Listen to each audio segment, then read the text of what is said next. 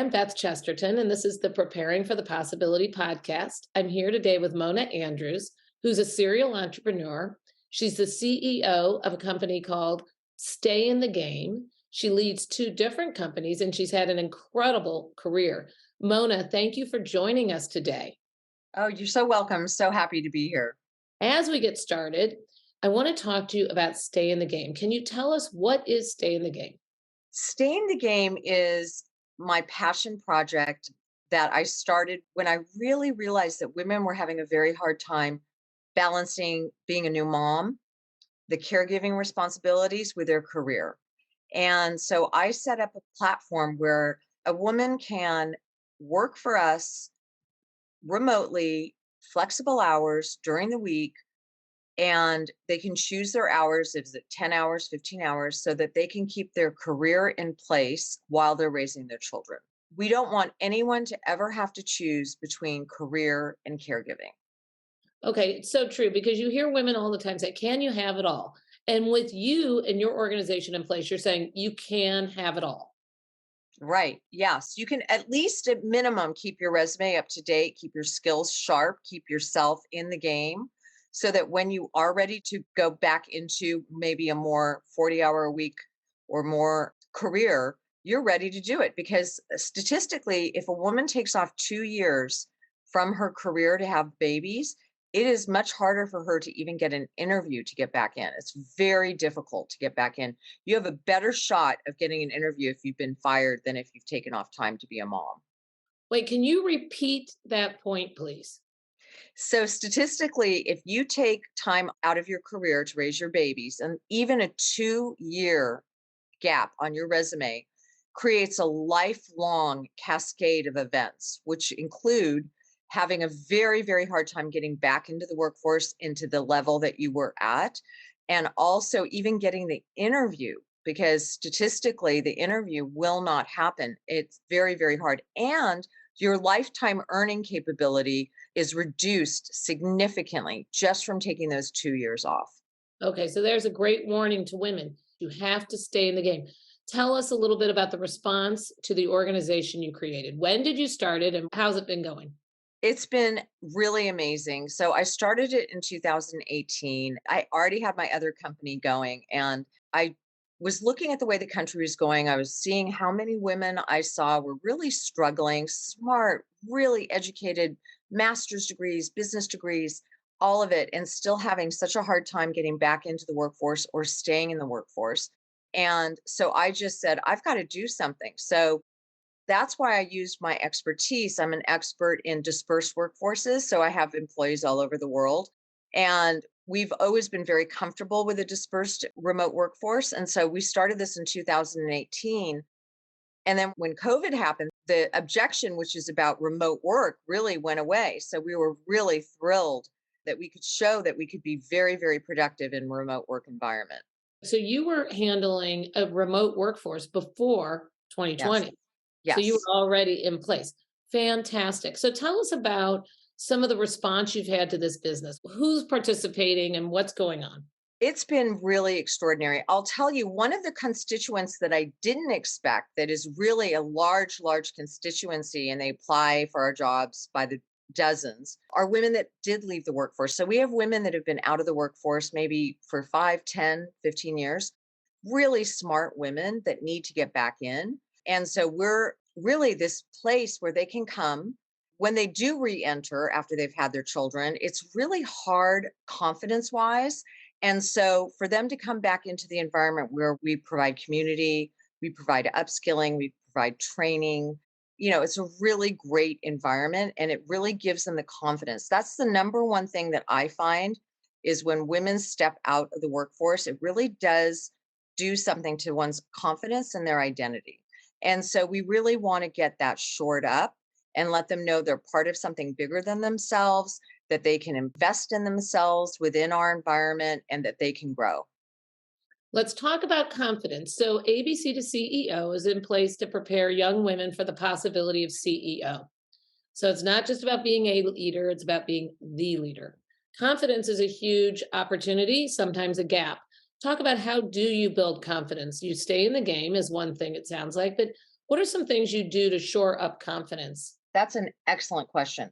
I would say one of the things that really helps with confidence is, first of all, let's say you're back in the workforce. Like employees will come back into the workforce. One thing that we do find is that, they'll engage on some of the training that we do and some of the upskilling, and we have book clubs and we do all kinds of different things that are value added so that they can learn and grow. And I think that when you do take on something that is outside their comfort zone, that's the most important thing, is to be very comfortable with being uncomfortable. So we tell all of our folks, all of our employees, if we're not uncomfortable, we're not growing. So we need to be very comfortable having uncomfortable conversations, doing things that we don't feel comfortable doing in terms of our skill set, always pushing that to grow. So we're really talking about being comfortable with being uncomfortable. We also do a lot of training around communication styles and skills. So like right now, our entire leadership team is reading a book called Crucial Conversations, which is a really cool book to learn how to have those, because as women, we know that it's very hard for us to have certain types of conversations because of our innate ability. We really like to make people feel good. We're very, personable. We really think about how what we're going to say is going to affect the other person.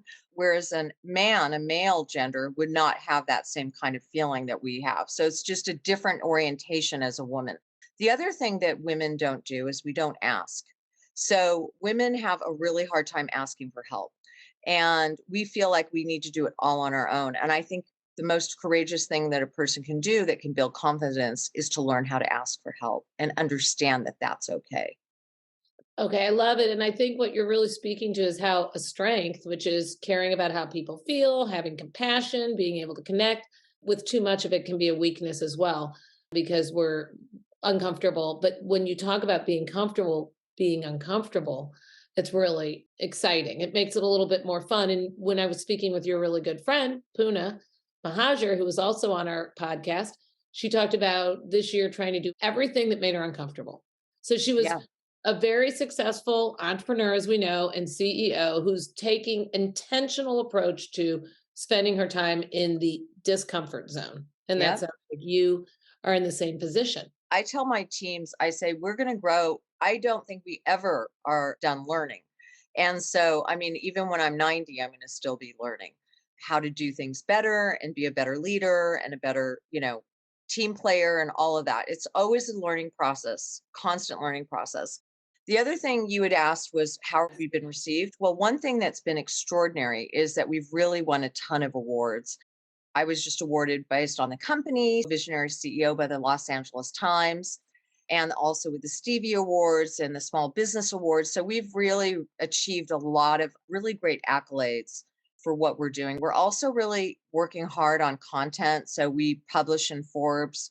We write every 6 weeks, we have an article that's being published in Forbes, and really heavy on blogging and doing all kinds of stuff to get information out there with the most recent data that's being presented in this area, in gender equality, workforce, remote work trends, all of that. So, speaking to other people who are entrepreneurs, perhaps, or launching their own business or leading their own efforts, tell us about what being published in those sorts of publications, what these awards are doing for your business, besides validating your great efforts. That's such a good question. Excellent question. I think that one thing that we've done with that, and we're working with our marketing team to make sure that that gets out, but I think what it does, it really does give you access to additional people that might be clients. Because, for example, the LA Times sent out, I think it was 68,000 magazines that talked about the award. And so there are different constituents that will read about this award, and then they'll be alerted to what the business is. And then, of course, I've always made a really good effort at connecting with all the other nominees, really getting involved in what they're doing and then talking about it and getting it out there, really getting it out there on social media. We send emails, we send press releases, etc. And really building that network. As a serial entrepreneur, I think that's one of your great strengths is being connected and connecting with others. And it sounds like internationally. You're also an expert in leadership, which is a big deal for preparing women for the possibility of CEO. What do you think the most important skills are a woman should develop, or the skills if they want to be leaders and significant leaders? Great question. When I was a young entrepreneur, I was really hard on myself. I think that one thing that I would say is have a little bit of compassion for yourself as you're working through it. There obviously there's going to be ups and downs. One of the things that I've always told Puna, because we've been entrepreneurs now for 25, 30 years, is that one of the things I noticed about Puna and I is that we have a very high tolerance for pain, meaning when the problems hit, that's when we go into action. We don't sort of recoil from problems, we sort of hit them head on. And I think as an entrepreneur, that's what you have to do. You have to hit those things head on and go right in and try to figure it out. For me, I think one of my most important qualities is persistence. I've had a lot of setbacks, a lot of personal setbacks, a lot of family problems, deaths. I lost a sister and a brother. My husband had a catastrophic illness. And so there were a lot of setbacks in my personal life. And I thought, okay, am I going to let these diminish me or I'm going to let them propel me into seeing what I am capable of? And so I use those disasters, really catastrophes, to turn myself into a stronger person and to keep moving forward. And I think it's given me a lot more empathy for what people go through and how hard life can be. And I want to help others when they go through those difficult times so that I can help them get through something like that. Well, I'm first of all so sorry and thank you for sharing that with us. I think it's so important because I think when people really make it to the top, that there's a perception that it was easy for them or that their life was somehow gilded. And you're saying it was, in fact, all of these challenges that perhaps even inspired the organization that you're leading today, Stay in the Game. So you're talking about persistence and not stalling, right? Like not hitting a speed bump and stalling out, but continuing to persist and be tenacious and make it through. What other leadership qualities do you think that young women should be developing and that have helped you? That's a great question. I think, first of all, one thing that I'm a really big proponent of is reading and going to classes and doing things online. So I'm a constant learner. I read a lot. I go to a lot of different events that I think will help me build skills. And I also have a CEO coach. So I'm really focused on making sure that I'm learning how to better communicate all the time. I think having a collaborative idea instead of being a top-down leader, I like to be more collaborative and lead with kindness and empathy. Also to be very clear. That's one thing I've learned is that, really be clear so people really understand what is it that you're expecting of them. Because nobody can do what you need them to do unless they have a clear vision on what it is you actually want. And sometimes that's hard to articulate. So it's really important to be thoughtful about that and to give clear vision. One of the things that we do a lot of is, obviously one on ones every week, quarterly reviews, different kinds of ways of feedback. We also have a belief that feedback right away is better than feedback in 2 months or at the review. So we're constantly giving feedback to others. If there was one thing I could have learned earlier on, it would have been a lot easier for me. It would have been learning how to ask. I think that sometimes fear of rejection, it held me back a little bit. And that's because of my family of origin and different things that might have gone in my own life. So sometimes we need to dig into who we are as individuals so that we can be better leaders. So once we dig in and we really see who are we and how do we look at life and how do we think of things and how do we react to things, helps us better figure out how we can be better leaders. Once we clear that stuff out, get real clear about who we are as a person. Sounds like quite a journey. What you're talking about is getting feedback, asking for feedback. Persistence is a huge piece of it, sticking with something, overcoming challenges, and then continuing to learn and grow. This has been part of your formula of success. Tell us a little bit about your journey to this place. Did you start out in law? I did. Well, I went to law school with the very specific reason that I went to law school. And it was this: I wanted to get a graduate degree. I figured that I would either get an MBA or a law degree. And I thought, if my entrepreneurial venture doesn't make it, I can always practice law. So I looked at the law degree as an insurance policy. I've always wanted to be a business owner. It's been my passion since I was really young. I started trying little businesses when I was 13, 15. I lived in Europe. I tried little businesses there. It was my thing. I just love business. So for me, I always knew I would be a business owner. I didn't know what kind of business. I really didn't, but I knew I wanted to be a business owner and I knew I loved business. So that's why I went to get my law degree. After law school, I did work for an investment banking firm in house while I was thinking about what I was going to do. But when I did start my business, I had not taken any business classes really to speak of, maybe a few marketing courses. But I just learned by jumping in and doing it. I mean, I would go door to door. The way I built my first business was literally I would go to office buildings and to trade shows and walk door to door, walk to people and say, this is what I'm doing. And so then I would get my first client. And then once I got that client, then I would say, okay, who do you know that you could introduce me to? So I built it that way. But now, thank God, with all of the knowledge that I have, the most important thing that I've learned too is the team. I mean, the team is everything. And getting the right team in place and getting people smarter than you are that have skill sets that you don't have, it's a really important piece. And then letting them fly and shine with that. So I think that sometimes entrepreneurs and especially lawyers, we are very control driven, I'm sure you've Understood. heard that. There's a Yes. lot of control that goes into that. And so the funny thing is that when you start to really trust your team and give them the room to grow and look at it as you're teaching them to replace you, because really what you want as an organization is you want to be replaceable.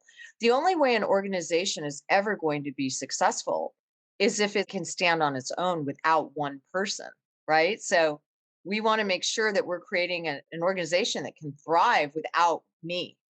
Well, first of all, this has been exciting, and we really appreciate you taking the time to talk to us today and to show us what does it look like to be a serial entrepreneur and to know that you wanted to be in business your whole life. And I love this concept of going door to door and making your pitch. What's rejection for you? I mean, so somebody says no. How do you see that? Because rejection can stop a lot of us. How do you handle it? It still does. So I'm still working on it. I'm a work in progress on that one. But I will say this, one of the things that I noticed is that, and some of the studies have actually borne this out. So I have a ton of friends. I have a ton of colleagues, a ton of different, groups that I'm involved in. I love people. But once I have a person that I know in a social or business environment that's unrelated to my business, I do not want to ask them for business. And that is something a woman does. I'm going to just say, I'm guilty of it. Many women are guilty of it. Men, however, do not have that problem. They're very transactional in terms of understanding transactions. We're not. We're very sort of, personal driven, relationship driven, right? And so for us, it gets really uncomfortable that we think we're going to ask them something that's going to make them feel uncomfortable. And it's not. It's not. And so women, that's what I'm working on right now is asking some of the people that I know personally. I have no problem asking people I don't know. Yeah, and strangers going door to door, but now personally.